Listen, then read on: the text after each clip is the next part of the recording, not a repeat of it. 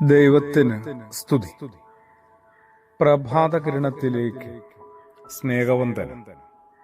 ഭാഗം 1700. ഇന്ന് ഓഗസ്റ്റ് മാസം 26-ാം തീയതി, 239-ാമത്തെ ദിവസത്തിലെത്തി. അതെ, നല്ല സൗഹൃദത്തെക്കുറിച്ച് തന്നെയാണ് ഇന്നും വീണ്ടും വിചാരം. യേശുവിന്റെ സ്നേഹിതനാണ് ലാസർ എന്നാണ് യേശു ലാസറിനെ നമുക്ക് പരിചയപ്പെടുത്തി തരുന്നത്. അങ്ങനെയാവുമ്പോൾ എനിക്കും എല്ലാവർക്കും നിങ്ങൾക്കുമൊക്കെ യേശുവിന്റെ സ്നേഹിതനും സ്നേഹിതകളുമായി മാറാനായിട്ട് അവസരമുണ്ട്. അത് സ്വീകരിക്കുവാനും അവസരം പ്രയോജനപ്പെടുത്താനുമൊക്കെ നമ്മൾ തയ്യാറാണോ, സന്നദ്ധരാണോ എന്നുള്ളതാണ് ഏറ്റവും വലിയ ചോദ്യവും അന്വേഷണവുമൊക്കെ. അത്ര എളുപ്പമല്ല കേട്ടോ.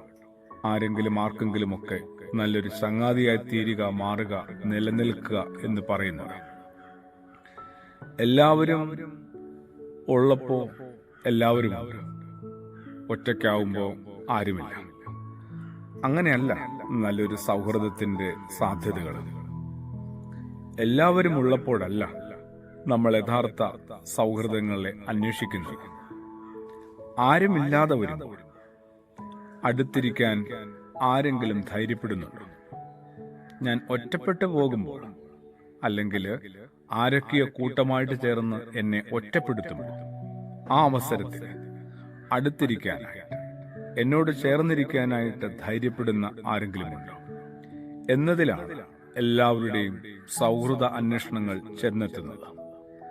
അങ്ങനെ ഒറ്റപ്പെട്ട ആരൊക്കെയോ ചേർന്ന് ഒറ്റപ്പെടുത്തിയ ആരെങ്കിലുമൊക്കെ നമുക്കൊന്ന് ഓർത്തെടുക്കാൻ പറ്റും ഈ ജീവിതത്തിനിടയിൽ. ഓർമ്മയിലുണ്ടാവും.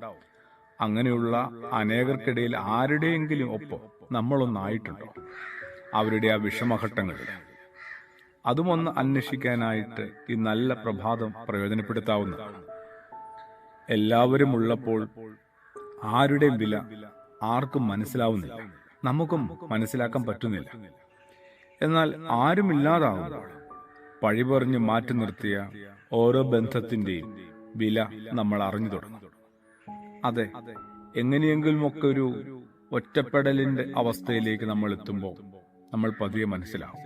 ഇന്നലകളിൽ ഒപ്പമുള്ള വളരെ വലിയ ആൾക്കൂട്ടത്തിന്റെ ബലത്തിൽ നമ്മളിങ്ങനെ പഴി പറഞ്ഞ്, വെറുപ്പിച്ച്, അവഗണിച്ച് മാറ്റി നിർത്തിയ അനേക ബന്ധങ്ങളുണ്ടായിരുന്നു. അവരുടെയൊക്കെ വിലയും മൂല്യവും നമ്മൾ പതിയെ ഈ ഒറ്റപ്പെട്ട നിമിഷത്ത് തിരിച്ചറിഞ്ഞു തുടങ്ങും. അതുകൊണ്ട് തന്നെ ബന്ധങ്ങളിലെ അനാവശ്യമായ അവഗണനകൾ, ബന്ധങ്ങളിലെ അനാവശ്യമായ പഴിപറച്ചിലുകളൊക്കെ നമുക്കൊന്ന് ഒഴിവാക്കാം. പരസ്പരമൊന്ന് കൈകൾ ചേർത്ത് പിടിക്കാം. ദൈവസന്നിധിയിൽ നമുക്ക് പ്രാർത്ഥിക്കാം.